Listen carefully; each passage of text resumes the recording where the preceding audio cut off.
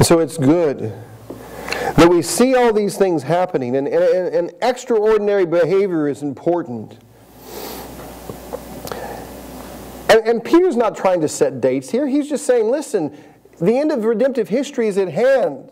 And it's going to come about and can come about at any point in time. And God could do it almost today. The idea here is He says, be self-controlled, be sober-minded. He tells the people there. You see, being sober-minded is not being intoxicated with the world. See, if you're sober-minded, it means that you're not allowing the things in this world to trap you, to get at you, to entice you. You see, being sober-minded is an important part of our lives. We don't lose our heads when we're sober-minded. We don't, how would I say, go to extremes when we're sober-minded. We understand where, so to speak, our bread is buttered.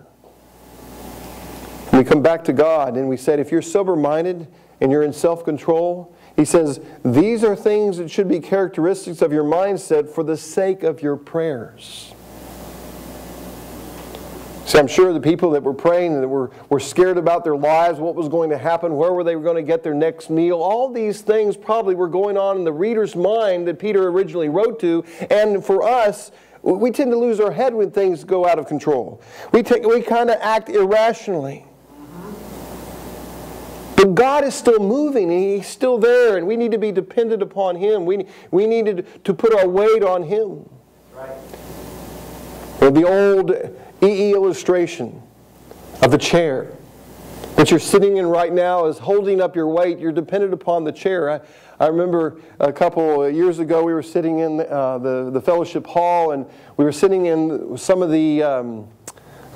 They were kind of plastic chairs, and we were sitting there, and all of a sudden the plastic chair broke, and someone just went, it's a big light. You know how that sounds? The chair breaks, and everybody just goes right down. His faith was misplaced. That chair couldn't hold him up. But he was depending, he was trusting that chair. He was dependent upon the chair, and you're dependent upon the chair you're sitting in it. We're dependent upon our legs to walk. We're dependent upon things that we normally take for granted. But all these things work because God is still God. And He is just, as I told that young man at the college campus, there is going to come a day that all these things are not going to be able to be trusted in this world, and you will have to stand before God who is holy. And the only way, I told him, in this idea of dependent prayer, this is the reason why people, because he was really concerned about why people prayed all the time, because that's just a mental, it's like positive thinking, he said. I said, no, prayer is not positive thinking. Prayer is much more than positive thinking. Prayer is communication with the God who created me. That's right. Prayer is a communication that is glorious and wonderful. It's talking to a friend. It's talking to one that you anticipate too.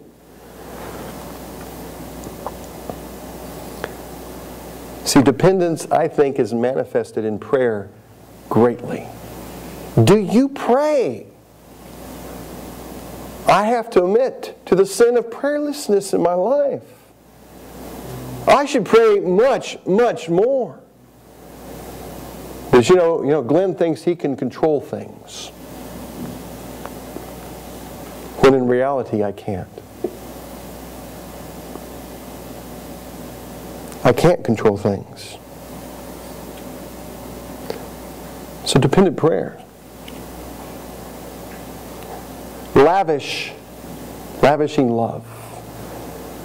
In verse 8 he says, above all.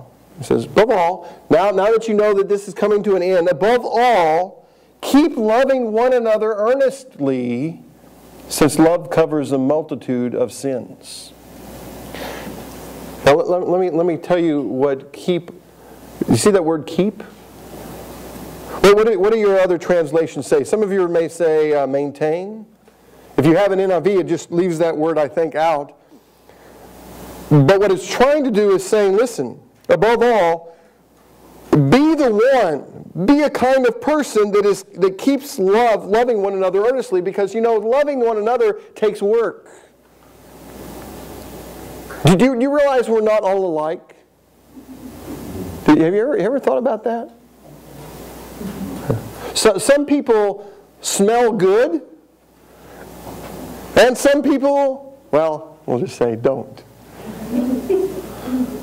Some people are attractive, and we'll say some people maybe are not to us. We're all different, and we all have things that probably can bug each other. But love is a very important aspect if we are to disciple one another. The Great Commission talks about discipling one another and making disciples, but you can't do that without relationship, and you can't do it if you don't love people that do sin, that don't have lives that are perfect. If we're going to impact this world and our community, we have to show them how we relate together with ourselves. How do we love each other? Do we care for each other? Do we work out each other? There was a story, I remember this story about a little boy named Billy, and he was looking forward to his dad taking him on a fishing trip. And his dad told him, Billy, why don't you invite one of your best friends to go along with us? And he goes, okay, I'll invite my friend Eddie. And so Eddie and Freddie and Freddie's dad went on this trip. And they got a tent, or they got a trailer tent, and they went out and they were setting up camp and everything, and all of a sudden down came the rain. And so for the first day when they got there, they had to stay inside, and so they played war, cards or whatever they did. Next day there was anticipation. There's that word again. They anticipated something. They were anticipating getting up, and they were anticipating going fishing, and all of a sudden, they got up and it was snowing. And so they had to go in, and I guess they played Yahtzee all day, and so they went to bed expecting and anticipating the next day they could go out, and they got up the next day and found that the lake they were at had to be closed because of some pollution in the lake, and they couldn't go fishing, and so they were sitting in there, and Billy? It was Billy. I said, I'm making up these names, by the way. Billy and Freddie. I said Eddie and Freddie. Let's say Billy and Eddie. Okay. Billy was the guy, and he looked at his friend and he goes, I don't know if I really like my friend Eddie. Now, he kind of gets on my nerves at times. He kind of gets in my way at times, and I don't know if I like him that much anymore. And the moral of the story people said about this is that when a church, or when people who are supposed to fish don't fish, they tend to fight. When people are supposed to love each other, and when they're supposed to get along and show the world that they love each other, but they don't do it because they don't see the greater overarching purpose that the end of redemption history is happening, and that there's the gospel and a great commission to be won or to be fulfilled, that we tend to kind of get into our, how would I say, niche. That's a good one. And we tend to look at people more critically than we should.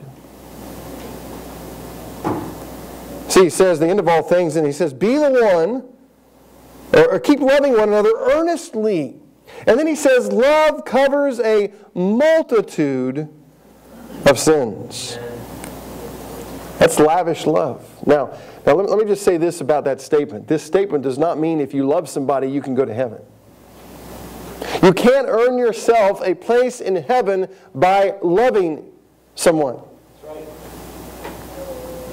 I don't think that fits with Scripture. We find many places in Scripture that talk about love. I mean, one of the great passages about love is found in 1 Corinthians chapter 13, verses 4 through 7. Love is patient. You know this one. Love is kind. Love does not envy, does not boast, it is not arrogant or rude.